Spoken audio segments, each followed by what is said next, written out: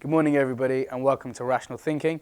My name's Josh and today we'll be covering all the news from the Brexit negotiations last week, along with the fallout from the ECB and also the US employment data.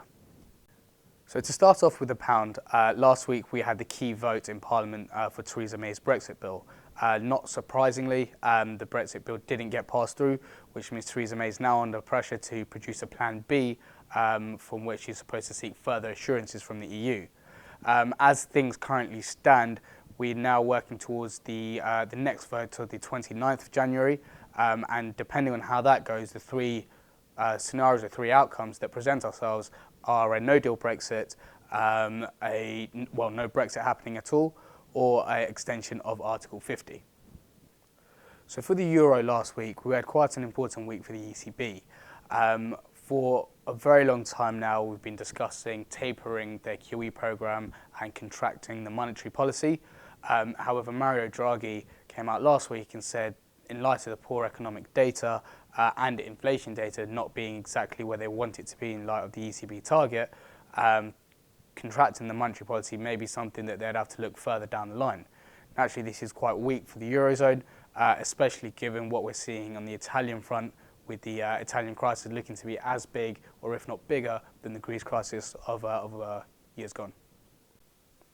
So for the dollar, we had some poor economic data out. Recently, we've been having really strong economic data that's really sort of reinforced the 4 interest rate hikes we saw last year.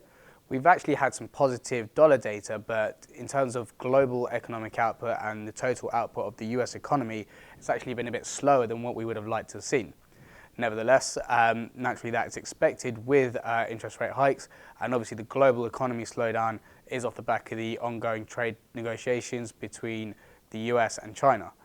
Most specifically, however, last week we had some robust jobs data, which we know that the central bank, being the Federal Reserve, are always very much concerned about when it comes to economic output and interest rate hikes in the US.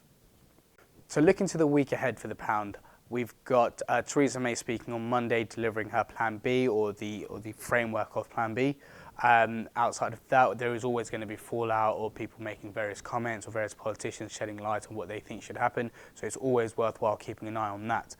We've also got unemployment figures for the UK, but again, with Brexit being such a big issue and so important, naturally all the focus is going to be on Theresa May and what happens with Brexit. So for the euro, this week, we're going to have a few key bits of data. We've got some flash manufacturing and flash services data, but mainly people are going to be looking forward to the ECB refinancing rate and the press conference. Naturally, we're not expecting interest rates to change or quantitative easing to change in the Eurozone, but considering what happened last week, it's always going to be key to see what forward guidance there is as to when or if there are going to be any contractionary monetary policies. And that's all from me this week. As always, thank you for joining, and please do like and share the video. If you have any questions or any queries currency related, please feel free to reach out to us on the email address provided. Thank you.